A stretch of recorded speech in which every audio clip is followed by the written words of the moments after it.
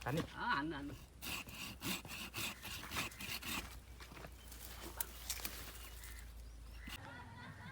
Guys म नेपालको bonsai कलाकार विगत 7 वर्षदेखि यो बोन्साई फिल्डमा छु र आज तपाईहरुलाई बोन्साई कसरी बनाउने भन्ने बारेमा चाहिँ विस्तृत भिडियो लिएर आएको छु। बोन्साई भनेको चाहिँ एउटा रुखहरुको कला जुनमा चाहिँ रुखहरु नेचरमा चाहिँ ठुलो हुन्छ। हामीले बोन्साईमा चाहिँ त्यसलाई मिनिमाइज गरेर साइज अनुसारको ट्री एकदम सुन्दर ट्री बनाउने कला।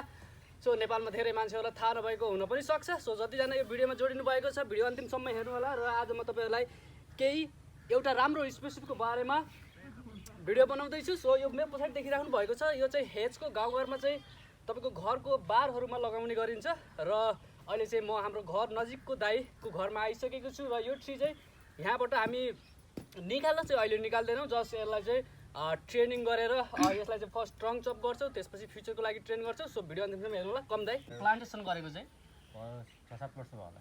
यो तपाईले गर्नुभयो कि तपाईको बुवाले गर्नुभयो? म आफै गरेको। सो गाइस यो ट्री चाहिँ करिब 5 वर्ष जति भइसकेको छ। यो चाहिँ हाम्रो सन्तोष दाइले चाहिँ यहाँ प्लान्टेसन गरेको र म तपाईलाई यो घरमा भएको केही हामीले 2-3 दिन अगाडि पनि ट्रेन गरिरहेको छौँ। 4-5 वटा हेज चाहिँ काटेर रेडी गरेको छौँ। सो आज अब यसलाई हामी यहाँबाट काट्दैछौँ र तपाईलाई कसरी गर्ने भन्ने बारेमा चाहिँ सिकाउँदैछु। अलिकति क्यामेरा नजिक आउनुहोस्। सो गाइस देख्न सक्नुहुन्छ यो चाहिँ हाम्रो गाउँघरमा घर अगाडि लगाउने गरिन्छ, जुन चाहिँ बारको लागि प्रयोग पनि गरिन्छ। यसलाई चाहिँ हेज भनिन्छ, ब्रड लिफ डिसिडियस ट्रिज, जुन चाहिँ जाडोयाममा हल्का यसको पत्ताहरू पनि झर्ने गर्छ। यसलाई चाहिँ राम्रोसँग बोन्साई बनाउने हो भने चाहिँ एकदम राम्रो देखिन्छ। तपाईहरु पनि यस्तो स्पिसिसहरु कलेक्सन गर्नु होला। देख्न सक्नुहुन्छ यो अलरेडी लगभग 5 वर्ष 6 वर्ष पुरानो बोट। यसको जुन ट्रङ्कमा देख्न सक्नुहुन्छ यो टेक्सचर एकदम राम्रो छ। सो आज हामी यसलाई चाहिँ फर्स्ट ट्रङ्क चप गर्छौँ, फ्युचरको लागि ट्रेन गर्छौँ। तपाईहरु पनि कलेक्सन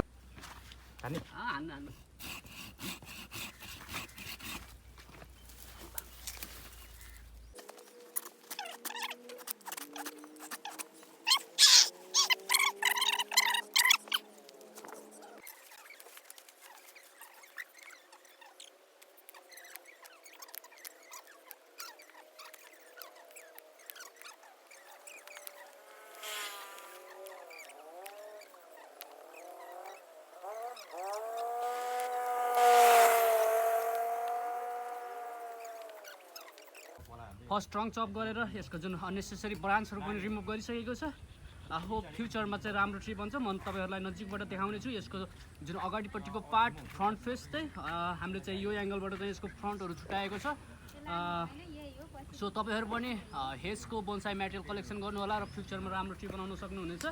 ओके, बोन्साई बनाउनको लागि चाहिँ हामी अझ चाँडो आफ्नो ट्रीहरु चाँडो डिजाइन गर्नको लागि चाहिँ एमोजोरी मटेरियल राम्रो कलेक्सन गर्यो भने चाहिँ बेस्ट हुन्छ। Okay, so see you in the next videos.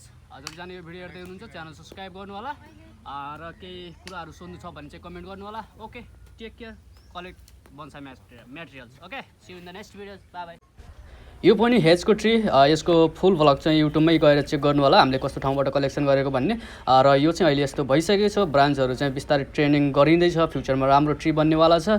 तपाईहरु पनि हेजको बोन्साई मटेरियल कलेक्सन गर्नु होला, बोन्साई बनाउनु होला र जतिजना यो युट्युब च्यानलमा जोडिनु भएको छ च्यानल सब्स्क्राइब गर्नु होला, सपोर्ट गर्नु होला नेपालमा बोन्साई कला विकास गर्नको लागि। ओके।